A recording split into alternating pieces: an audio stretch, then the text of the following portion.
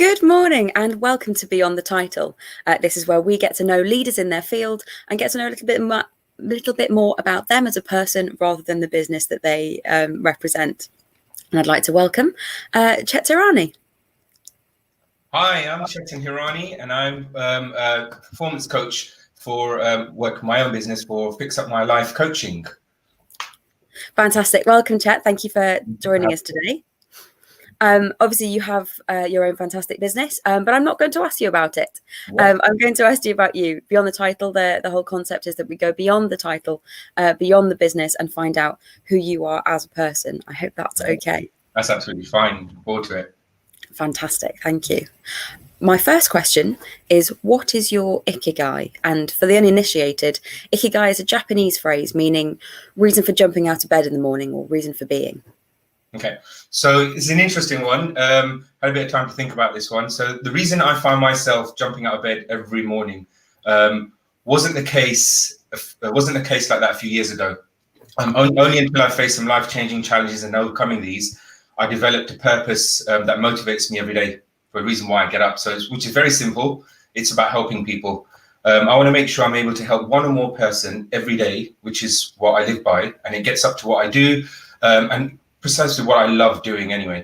And the three things that I value are basically to help people, inspire, and also keep them consistent. So those are the reasons why I get up every morning. That's brilliant. Thank you very much. That seems like a really fantastic but really manageable amount of, he's like, I'm gonna help 100 people a day. Like, no, just one. Just make a real tangible impact to one person. That's fantastic. No, precisely. It's exactly it. So it's like I was told the other day, it's like, why do you help more? Why can't you help 100 people? I said, well, if I do say one and I say more, that can mean anything. That's any number, but won't be satisfied with one because I know I could do more, right? And that's like with everything else that people are able to do as well. Yeah. Fantastic. Thank you. If life were a movie, which character would you like to play? So this is an interesting one too. So I could say someone like Gandhi, Nelson Mandela, but I'm not sure. I'm not sure I'd be ever able to do what they managed to do in life. Right? They've just been phenomenal, sort of influential, inspirational people out there. So another name that just sort of came and sprung to my mind as well was, believe it or not, Will Smith. Yes. So I follow him quite a lot on YouTube, and simply just love his character. And I see this, and I see certain traits in him. I see certain traits in me, in him. Well, the other way around, right? Yes. I just see the way that the family man he is, the great husband he is as well, but most of all, the drive and determination he lives by. So he lives life, he loves life, but he also cares and loves and sends messages to people that are in need. So he's constantly sort of reminding people of how good they actually are. And again, that's just one Will Smith, but there are so many other influencers out there. But some great ones some great ones we have are no longer with us, but I could list them all down that will be here for some time. But Will Smith, I think, someone then said to me, so what do you think, you're the Fresh Prince of Bel-Air or something? And I was like, well, I could start singing that for you guys now if you wanted me to, right? We'll have that the extended cut. I know the big question is, can you dance like Will Smith? Or like Carlton or Will Smith? Well, that. I can do a dance. Spectacular, thank you. Although I don't like it when he's a judge on Strictly Come Dancing, but that's a whole other conversation. Over marks and over enthusiastic, and we've just no place for that on a British Saturday night television show. In the hustle of things, which app allows you to stay sane and structured? Right. So apps-wise, interesting. I saw this version of apps. So I've got probably 100 apps on my phone, and that's because my stepdaughter just keeps downloading apps on my phone. Right? I probably don't even know what's there, and I probably don't even use half of them. But one that I really follow and I do, and it probably sounds a little bit boring, but this is what helps me go by anyway. It's basically, I probably use my calendar more than I use anything on my phone, even before on my laptops or anything. So on my calendar, I put everything down is in my calendar. Absolutely everything's in my calendar. Every hour is accounted for. So basically, I've blocked and filled the whole day to know what I'm actually doing. So I know that I'm not wasting time. But then also I'm making sure that what my overall focus and my outcome of my focus is, that I know I'm achieving everything constantly as well. And that's what basically gets me by as well. So my calendar is like, if that goes, there's a lot of backups on that one, in fact.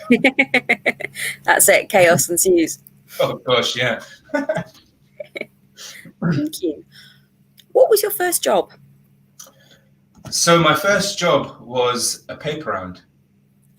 Brilliant. So I used to wake up at 4 a.m. every morning, 7 days a week, went to the shops, the shop that I worked in, I sorted out all the daily papers for the newsagent as well. And then I sorted out my round.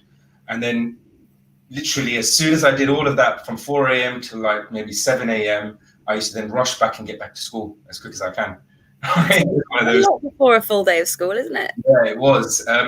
And I got paid pretty well for it, believe it or not, compared to all my other friends who were doing paper rounds. So they were like wondering, what's he doing so special?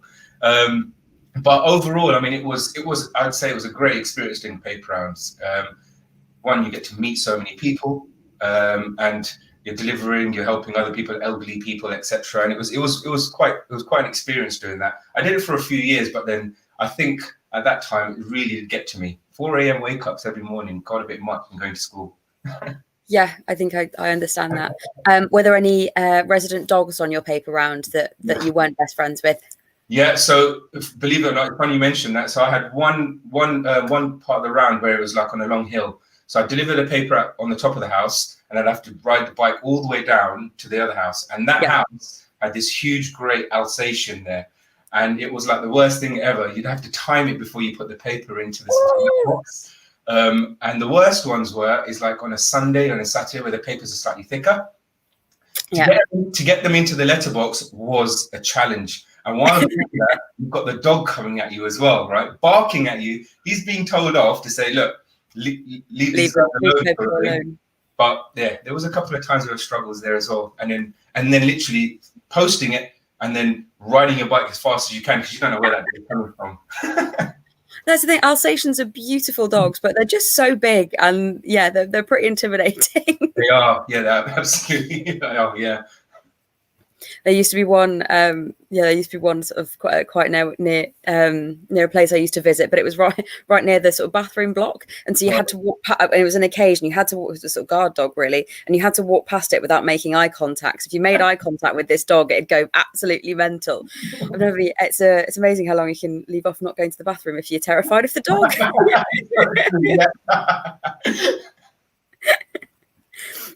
What is the biggest leadership challenge you're facing at the moment?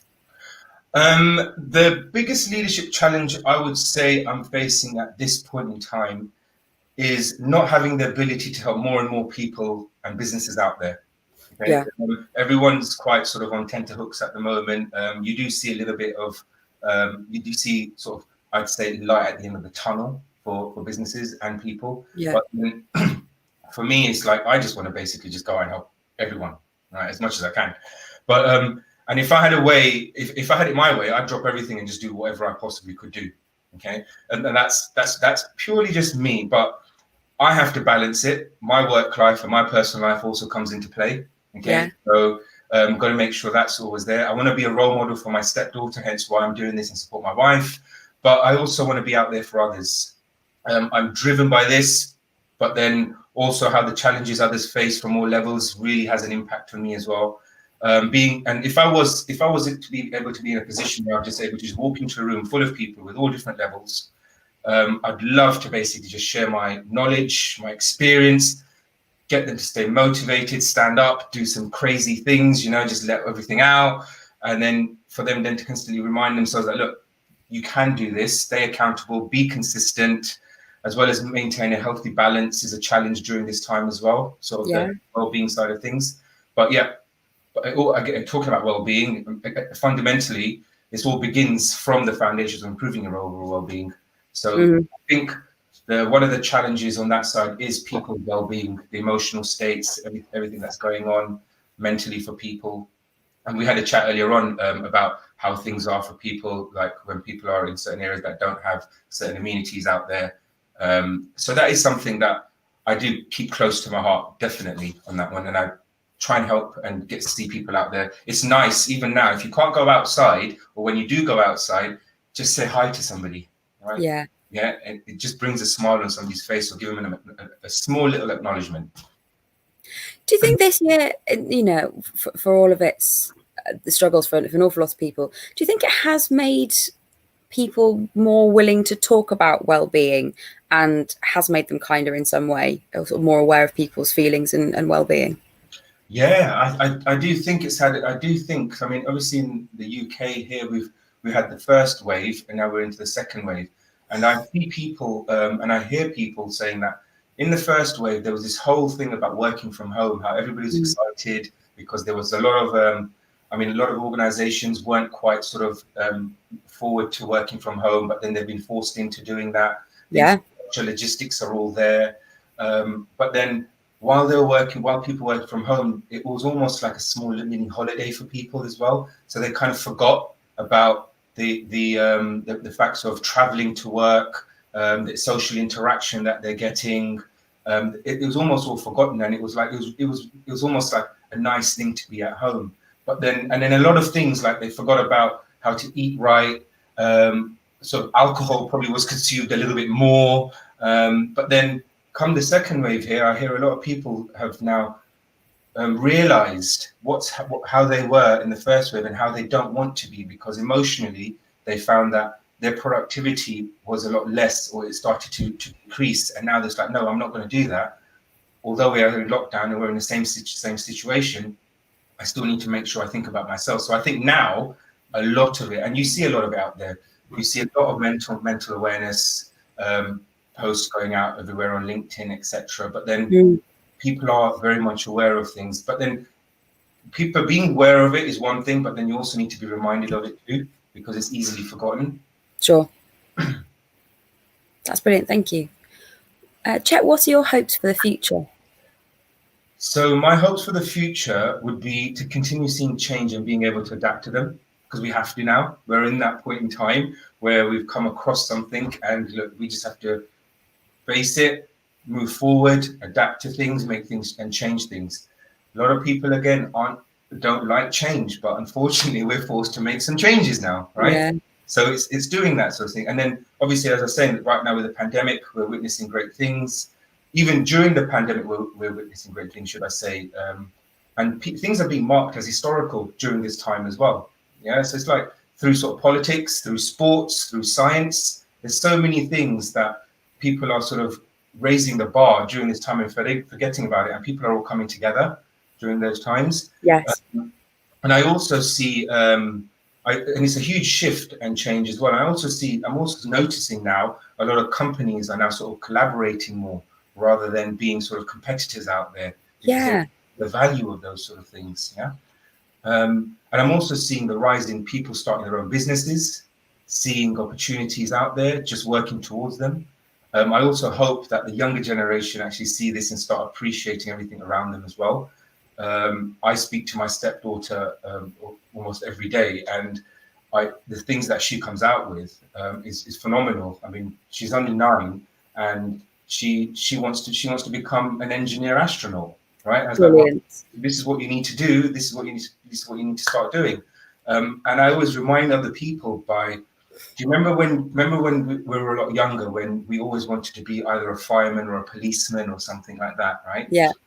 And the belief that we had in becoming one of them, our parents knew what you had to do to become one of them. We didn't have a clue. We just wanted to be one of them, right? Yeah, just the end goal. I'm going to do that. Okay. It's like, well, if you were to have that sort of belief now as we're older, can you imagine all the differences that could happen? Huge. Yeah. That's where I mean by sort of the younger generation taking all that on for themselves as well. And I also wish to all those who are starting new ventures that just send out the message to them as well, that don't give up. You're doing something, you try. All right. You never have the opportunity ever to say, I've tried everything, because you probably haven't. Right. So you want to keep on going. And the chances are, as I said, you haven't tried something, and there will be something there which will give you the result that you've planned for eventually anyway. Yeah. That's really wise. Thank you. I think that's really great advice, and I could hope. Go on and on and on. I do talk quite a lot too, by the way. That's what we're here for. If you didn't talk, it would be a really short and really boring Yeah. I love moving my hands a lot as well, so you'll see them flying around. But look, whatever energy you can bring to a Thursday morning is fine by me. Yeah, of course. It's great. Imagine me doing this on a Monday. I'd be sort of super wide. No, I'd be shutting my laptop. That. Please, can you tell us one weird fact about yourself? Right. Brace yourselves, guys. A weird fact about me. Okay. I'm not sure if this is gross. I'm all for it. But my stepdaughter loves it, and she's always saying, "Can you please do this? Can you please do it again?" Right? I can actually touch my nose with my tongue. Amazing. Please, can we have a demonstration? Really? Oh gosh! Right, here we go. You can't say that you can do something and just this could be fake news. We don't do fake news on Beyond the Title. Right, here we go. Very, very impressive. That's not even like a struggle. That's straight up there. Yeah. How old were you when you realized you could do that? Oh gosh, how old was I? I think I was probably in my teens at high school, just messing around, like thinking, obviously a subject to me at that point in time was pretty boring. But and then it's like messing around, oh, what are you doing there? And then somebody else actually probably just said, Chet, what are you actually doing? And I said, can you do this? A bit of entertainment during a lesson. Not sure what subject it was there. Well, I mean, if it was biology, then it was practically an experiment. Yeah, true. Yeah, my science teacher probably would have had me up there as well and sort of saying, "Look, guys, this is a great experiment." So we're actually on to our last question. Oh wow! And this is thank you. It's been delightful to talk to you this morning or afternoon, wherever anyone else is. So I want to finish on this question. What was the proudest moment of your life so far? So I've got quite a few that I feel that really stick to me, but then one that really sticks to me is one when I achieved a black belt in martial arts. So I do martial arts. Fantastic. I do Chinese kickboxing, but then I progressed with the further ranks of becoming a black belt as well. And I started my own class, and so I was teaching and developing students from ages of basically from the age of 7 to 50 or older, awesome. Like that. So I had a range of people in my class, and I will never forget the influence I had on the students and how much they were able to help me during the time. I was teaching a class when I fell quite ill during that time, but then they still pulled together and helped me during that time. But then also having the opportunity of seeing progression, when a child comes in at the age of 7, for example, and I'm their martial arts instructor and they've been with me for 5 or 6 years, you see them like turning into sort of teenagers. You see them growing up and you see how strong, how developed they've become. You see like they've found a newfound spirit within themselves. They've become a bit more humble, and all of those changes. And also like with the adults who aren't so supple compared to the younger kids. Sure. From where they started to where they've become, it's just like huge transformation within them. So that's probably one of the things that I would say is the proudest moment, apart from obviously the obvious ones of like getting married or having children, etc. But this one I think is one that sticks to me a lot, and it's something that constant reminder of what if I'm not able to achieve it, what other people are able to achieve too.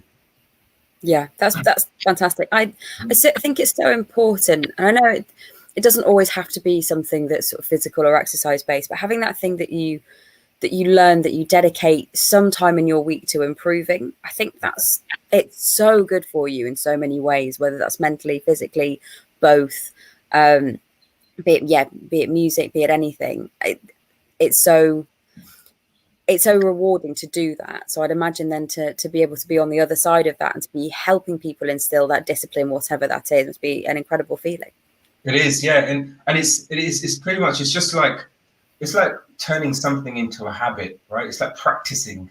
Yeah. Constantly practicing doing something, and again using the whole sort of term of when you learn how to work in the UK, or I'm not sure other countries, when you learn how to drive a manual car.